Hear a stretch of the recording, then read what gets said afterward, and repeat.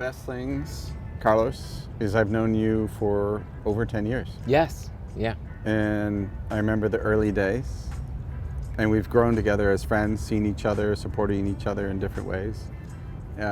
You know the journey I'm on, and That's right. I've seen the journey that you're on. Yeah. To share that with others, you know, the stories behind it. That's the intent. Exactly. And getting this time with you now on a beautiful day like this, I know, it's so getting nice. outside. Yeah. But I know people want to know more. You know, Yeah. what makes Carlos Carlos? Yeah, totally. So we'll jump right into it. So I grew up in Baltimore, Maryland. I have a sister. My parents and I grew up in the suburbs of Baltimore for a little while. Then we moved into the city for a little bit. And this is back in the 70s or 80s? This was late 70s. Late so 70s? 70. I was born in 78. Okay. Don't televise that. But I was born in 78. And then it was the mid 80s that we were in Baltimore and whatnot. And from the moment I opened my eyes, not as a baby, but when I remember the earliest was 5 years old. And understanding that Baltimore was like, it's a very nice city, but it wasn't the city for me. Okay. It wasn't where I was going to become the person that I am today. But nevertheless, I had a lot of great upbringing in Baltimore. My grandparents, my parents, my uncle, my aunt, my cousins, they all helped raise me to be the person that I am today. So it was a tribe. It was a tribe. Yeah, It was a total tribe. Yeah. And at a very young age, I always knew that I wanted to do something great for this world. My sister always likes to tell me the story about how I told her she wanted to save the world, and I wanted to save the world too, but I said, you can't save the world, Carnisha, because I'm going to be the one saving the world. But we can actually do it together, and that's actually what we're doing. She's up in Philadelphia doing a lot for the community up there, and I'm down here in Washington helping people get their health right. Yes, exactly. And we got it right. We've gotten it right. We've gotten it right, yeah. So, so I wanted to do something great. I always knew I wanted to do that. I've always been very optimistic, very upbeat, very happy-go-lucky person. Yes. And I think that kind of I got a little bit jaded. As we go throughout my life, you look at my college years in Middlebury College, which was one of the most wonderful experiences for me because I found my other tribe, which was the artists, the theater people, the film people, the people who were very much into aesthetics. Yeah. And so that had a lot of effect over me on how I had my outlook on life and actually opened my mind even more to the possibilities of what I could do. And then after college, I went and worked on Capitol Hill.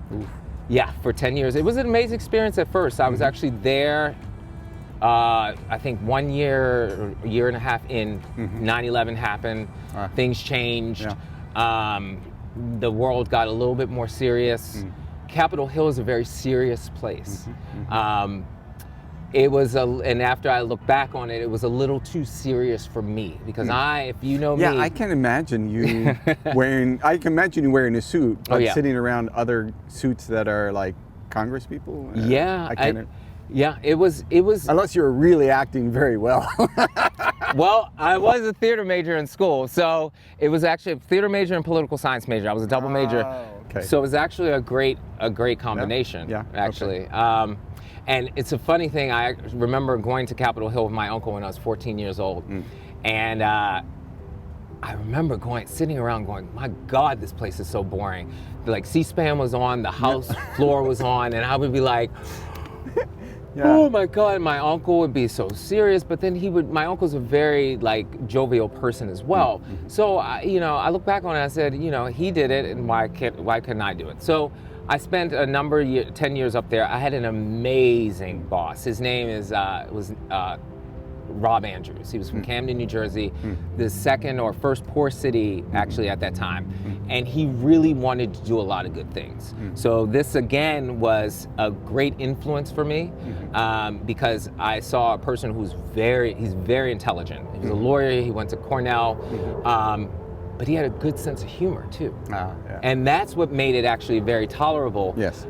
Many a times I would sit on the House floor and if you look back on the feeds, on C-SPAN, you'll see me cracking up because Congressman Rob Andrews was sitting right next to me, Really? telling me jokes. Okay. And at the time we had Blackberries, so so I would see all these emails popping up telling me, why are you laughing? This is a very serious issue that we're talking about on the House floor, and da da da. And then other people would send me, they're like, you're a cracker, you're having a great time. But that's how I was, and that's why I got along so well with Rob. And to this day, he's one of the people that I very much look up to because he taught me that you can really fight. When you want to fight for something, you really can. Yeah. But you have to know what you're talking about. Yeah. And you have to do your homework, and you have to study and make sure that when you're presenting before people, that you actually know, what you're saying, what you're talking about. And so that's one thing that we had to do. We had to do, it was known as HR 1 at the time, but they called it Obamacare. Yes. But that's a big bill that I worked on. It was the healthcare bill in 2007. And he and I sat there and we read the entire bill. Oh my gosh. It took a couple days, but it was because we kept getting interrupted by House votes and whatnot. But we knew exactly what we were talking about. So when he would go and speak on the House floor, speak in committee, we had already read it. We read the bill. We knew what was going on. So that turns me to my attention on to healthcare and why I got into training. Yeah. Healthcare had always been something that piqued my interest. My family, something that happened to my grandfather really shocked me. My grandfather unfortunately died from a heart attack. And then we had a couple people in our family who had a history of heart disease and diabetes and whatnot. So that took my attention, and it was like, well, how can I solve this problem, Now, when you come to medicine on Capitol Hill and Congress, the way that they like to solve problems is to, and this isn't everyone, but this is what's ruling right now, and that is to throw a pill at it.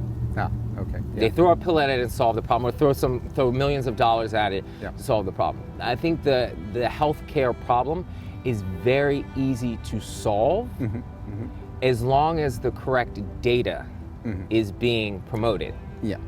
And I think we have a lot of false data out there on what is health, what is wellness, what's fitness, what is the proper way to eat. Yes. I don't think that the current healthcare system promotes that and looks at it that way.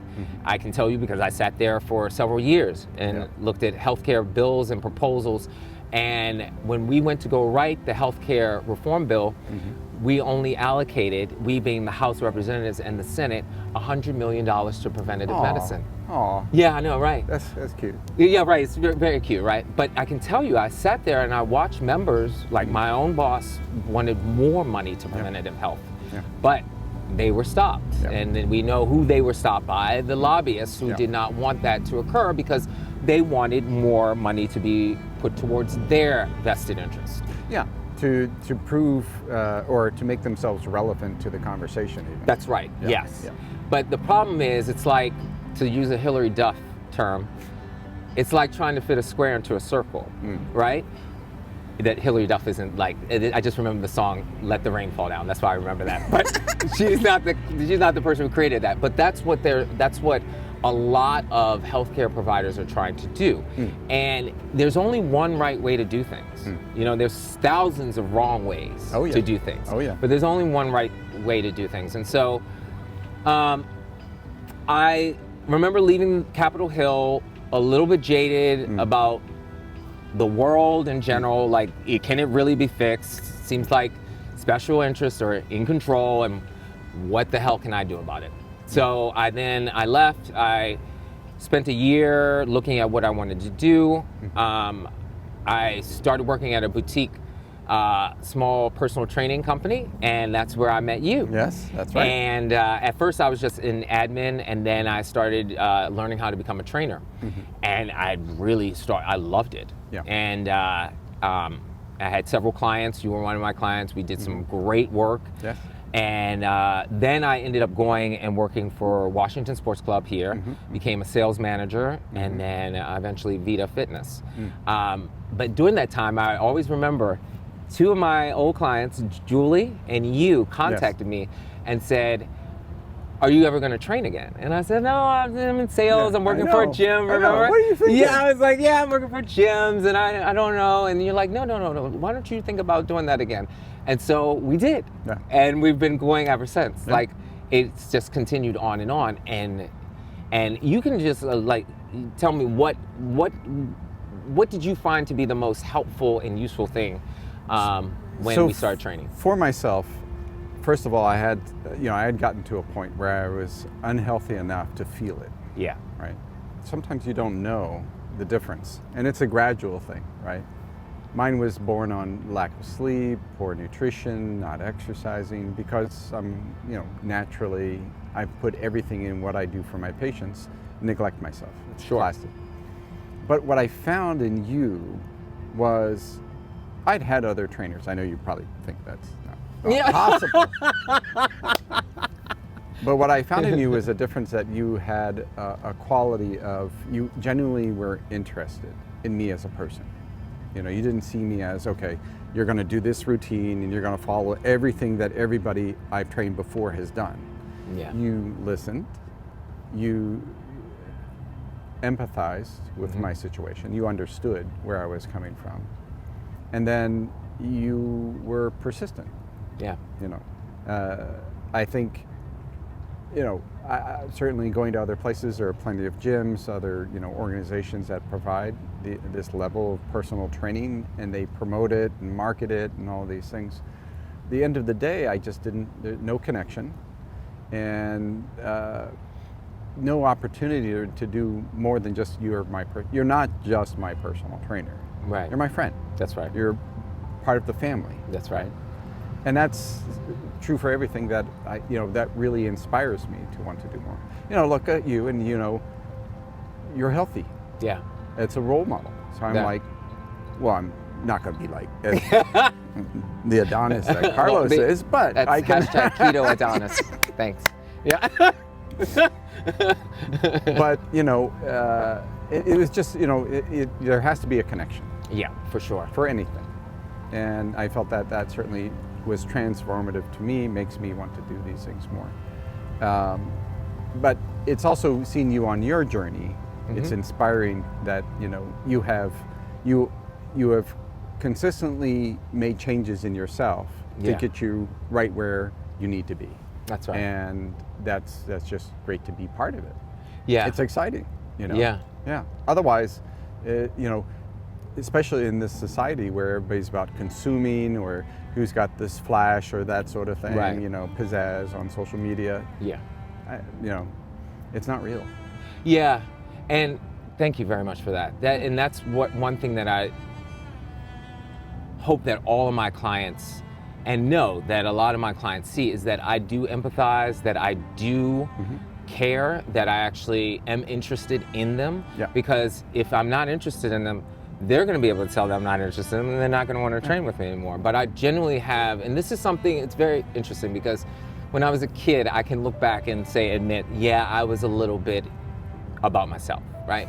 And probably in my 20s, I was a little bit about myself. Probably 29, 30, I started to look at it and say, I need to be in the other people. I need to be interested in my family. I need to be interested in my friends. I need to be interested in other people, clients, people that I was signing up for gym memberships. Like, you have to really care about people in this field. You cannot be in this field of health and wellness and not like people, period. It just doesn't work. Yeah. So you have to have interest in people, and what I have discovered is that as I've gone along this journey, my interest in people has become even more. So it goes on like a gradual level of interested in my clients, and then how many more people can I help? Oh, and yeah. then why can't I just help the whole United States? Why can't I just help the world?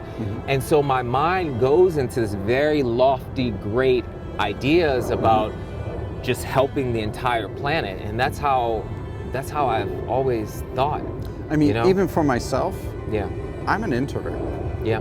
I mean, my comfort zone is being in a space that I know it, and socially I'm just not a butterfly, right? Okay. I'm much more about, I can do one-on-one, Yeah. It's harder for me to interact, but I found that right piece where being able to be connected with somebody gives you so much more. Yeah. It's like what you put into it and what you get back from it is, it's unimaginable.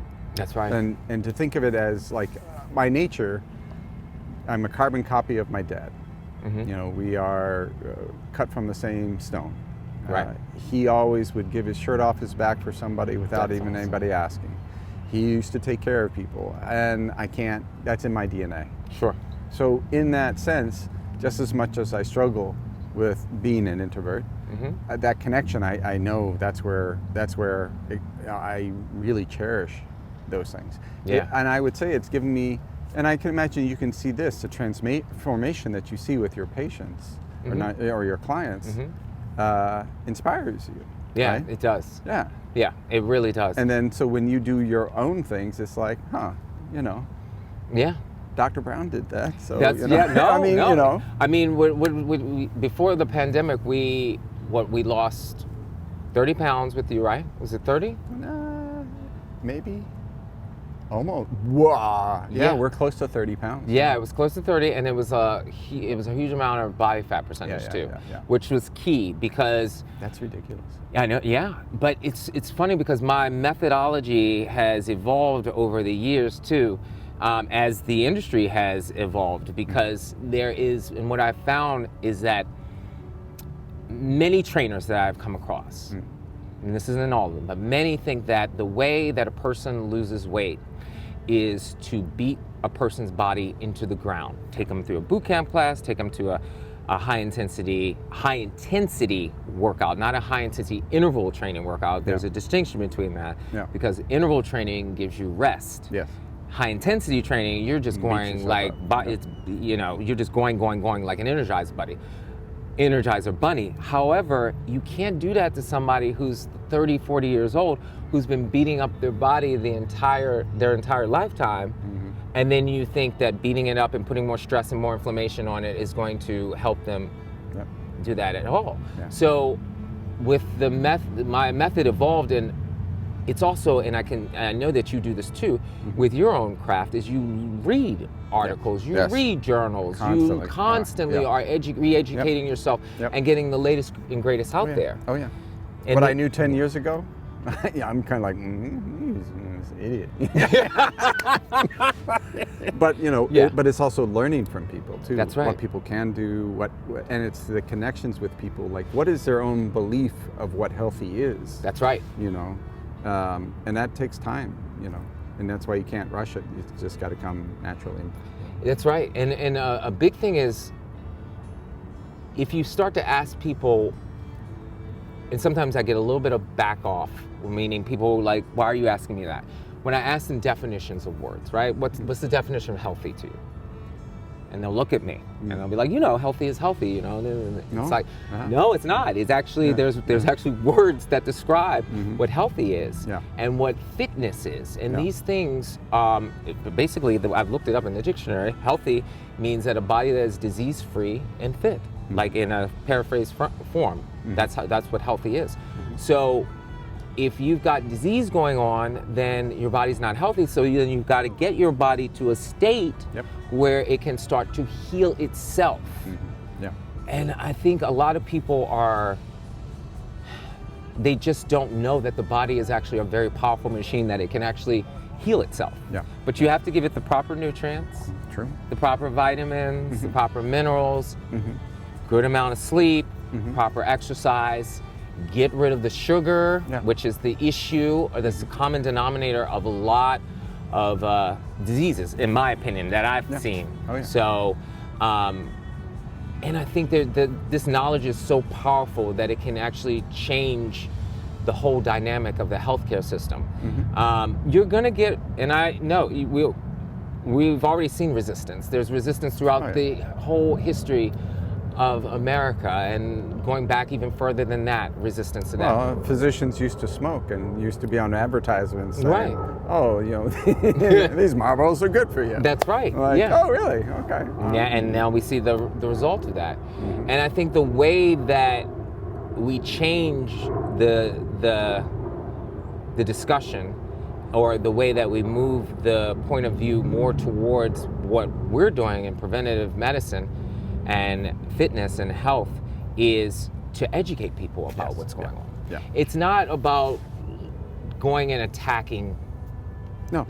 There's an no industry. point. There's no Yeah. point. They're going to keep doing what they're going to do. You're going to keep Yeah. clashing, Yeah. right? Yeah. But if people are well educated, they know what the terms are of fitness and health and what a carbohydrate is and what a protein is and what a fat is and what the body actually operates off of Yeah. better, which is a much more efficient fuel source, that is fat, then that re-education can help empower people to make decisions Yeah. because we live in a capitalistic society. Yeah. So it's all about demand. So the demand right now is, I want sugar. Yeah. But Yeah. if you can educate people and get them educated to switch over and say that my body actually operates better off of fat and that I need to exercise and that I need to have a moderate type of exercise and gradually work myself up to an advanced level. I mean, you know what change the industry will just do? Instead of sugar, once sugar's out of fat, then they'll Yeah. switch over to fat and they'll have you buying fat. That's right. Yeah, that's right. Take your own fat and give Exactly, it right back yeah, to you. right. Yeah. That's how sick it is. Yeah, totally. I think education is the key because that is how you get people engaged. There Yeah. has to be a curiosity. That's and right. there has to be a certain sense of do it yourself. Because nobody Yeah. else is going to do it for you, right? And I would say it's easy to get on an app and order food and to have it delivered. Of course. It takes effort to go to a store, to read the labels, to know what's going inside your body. That's right. And it takes effort, but it's really, what do you want of your life? Do you want it to just be kind of sickly, Yeah, not being who you could be? that's right. Or do you want to really embrace it, And you don't, sometimes it takes for your grandfather, like having a heart attack. Sometimes Yeah. it takes somebody to get something so bad Yeah. but then it's too little too late. Exactly. And a big thing for me too is I look at it, now I have we'll say vested interest for when the holiday season comes around. My family is going to see this, so they're going to love this one. I have a vested interest in getting all of them to change their diet and go to more of a ketogenic diet, because then Thanksgiving and Christmas dinners are going to be healthy. Yes. But I get it, because I had food like that for years and I loved it and it Yeah. tastes delicious and tastes great. But it's not just that I want that to happen, because that's like secondary, but I want their health to be, that's the primary goal. I want all of them to live long, healthy, prosperous lives, Yeah. disease free. Yeah, if you didn't like them, you'd Then be I like, would- hey, eat whatever you want. Well, yeah, that's the thing. Yeah. No, true. Mm-hmm. But yeah, I love them and I want them. That's one of my big goals, aside from saving the world. But like to help my family to change their point of view. But it only that happens with re-education, because we never got the proper tools when it came to what to eat and how important exercise is when we were young. So And sometimes people just don't know because they just don't know. Yeah. Sometimes it takes making a change. Like, rather than attacking their Thanksgiving dinner, that's right. maybe you say, okay, for 2 weeks I want you to do this. Yeah. And then do it before Thanksgiving. Mm-hmm. And then when they have that Thanksgiving dinner, they'll be so sick. Yeah. Well, now I'm giving all my secrets away. But I have them. I have it plotted on my wall of everyone who I have. My mother, my sister, she's almost there, and then my cousin Asia. Now she's part of it, and now I have several more to work on. Yeah. But it's just transforming. Yeah, it's transforming. And my aunt has now made. But she made me a great batch of her spaghetti. She has the world's famous spaghetti sauce. I'm going to pick it up tomorrow. I'll give you some. All right. But she made it with squash noodles, Oh, okay. Yeah. and that's amazing. Yeah. And I just love the fact that it's just becoming an influence for them. But you can't force someone to do something. No. They have to get it on their own first, and they have to look into it and educate themselves. And yeah. And, your family, your tribe is lucky to have you. Yeah. Because, if you don't know any, Yeah. they just assume, and then early heart disease, and Yeah. all that other stuff. But Obesity. exactly, and you know what? It's also an exchange with my family, because my family has always been there for me too, Yeah. through the thick and thin. So it's an exchange, and that's why it's such a reward then back. to see. Yeah. Like my mom lost over 70 pounds. Yeah, that's huge. She made the decision right before COVID, to come onto my program. 70 pounds, 10% body fat down. Yeah. I mean, amazing. Yeah. So, and I know you understand this, as a son, to help your mother, Yeah. that's like, Yeah. It's what you that's want. gold. Yeah. So, Yeah. yeah, That's sweet. yeah. One of the other things about our relationship Yeah. is that it's gotten to the point. You're my trainer, but our training sessions are not your typical training No, sessions. they're not. There's a lot of bitching and moaning, and there's a lot of it's just it's lighthearted. It is very The much so. striking difference was when I did join a gym so that I could use their facilities, Yeah, and they offered 3 sessions of personal training. right. And we went through, I felt like just like a factory, I was going through a factory. I was like, oh, here's your weight, here's what you need to lose, and this is, Yeah. and here's the sales package and all that. Right. And then, wouldn't you know, the first session, I ended up getting injured. Yeah. And it was like, okay, Yeah. won't be doing that. And I mean, no offense, but that's just, this is a commodity. I'm not a commodity. Yeah, no. And with you, it's about, we have good times, Yeah. There are crazy times, Yeah. bad times, so it can Sure. happen. But, Mhm. I just enjoyed the journey. Yeah, I very much enjoy the journey, and I think what's very important to me in life, which I've come to discover a lot, is loyalty. And I have a lot of loyalty to you, as yeah. you have a lot of loyalty to Yeah. me. We're like, I felt so dirty when I went to the other personal trainer. I was like, there's 3 sessions. And I was just like, no, but it's fine, because you told me instantly. You said, did. I listen, felt that was listen, guilty. I did it like, they offered me 3 sessions. I said, why didn't you do the spa? You remember that? Yeah, I know you. But it's fine. Yeah. It's totally fine, because we are so loyal to I one knew another. what was going to happen. Yeah. I already knew. Yeah. But, it was, they didn't offer, they offered hair, and I don't have hair. Yeah, so, no, yeah, there's me no me spa. neither. Yeah. So, yeah, that got lost on Capitol Hill, actually. So, but yeah, no, and this has been evolved into such a great friendship, and such like, you're a part of my family, I'm a part of your family. Oh, yeah. And it's an awesome relationship, and that's what I hope to have with all my clients, is that type of relationship. Yeah. So that, and then, like, because the point of what I'm doing is so that they can then take it to people, their friends, their family, and spread the knowledge. And as you're well. not trying to approach it as like a big corporation. People could do this, take your body image, market it, and sell it as course. a program, and then Yeah. somebody buys it and doesn't use it and doesn't benefit from it. No. Yours is very different, and I applaud you for that, because you are taking risks that other people don't take. I know. So Right? yeah, You could easily go work for somebody, but never really get satisfaction out of it. exactly. Working for yourself, doing it yourself. That's very much what I do as a Yeah. physician too, and have opportunities to talk about the whole do-it-yourself mentality. That's right. You don't have to follow what everybody else does, and I really applaud you for that, because Thank you.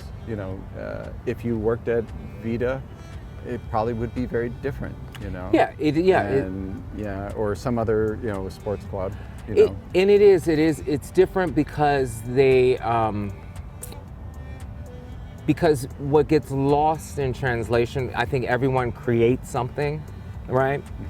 But I think when you create something and then you pass it down to people who are under you, and you have someone running it for you, you have to be involved in it. Yeah. I remember what did I watch? I watched this episode of something, and it was talking about, Steve Jobs was Apple, right? And he was involved in every interview Oh yeah. of the company. Every interview they had, he was in the room meeting the new person, because it's your creation. Yeah. and you don't want those ideas and the concept and the different characteristics of empathy and persistence and being upbeat to be lost in the translation. Right. It has to be maintained. Yeah. So when I do grow my company and when I do hire more trainers on and more employees on, you can bet your bottom dollar, Yeah. I'm going to be involved in every step of Yeah. of the way. So, yeah. Well, I'd love to take you around, maybe do a house call or two or something Yeah, like I would love that. And if we go to different places, explore it there. Yeah. The whole concept of nutrition, exercise, happiness. Yeah. All of those things are integral to being able to connect, and that's what we hope to show viewers too. Everybody's got a different perspective, and we're all connected. That's right. Yeah. We are not commodities. Nope. And we do have the opportunity to do it ourselves. That's and right. not depend on others. So let's continue the conversations, get out there and enjoy. If you happen to find any of this interesting, or more importantly, if you want to collaborate, check out the link below so that you can send us your comments, any stories you may have, anything, we're happy to entertain it. And this is really about us going on a journey together.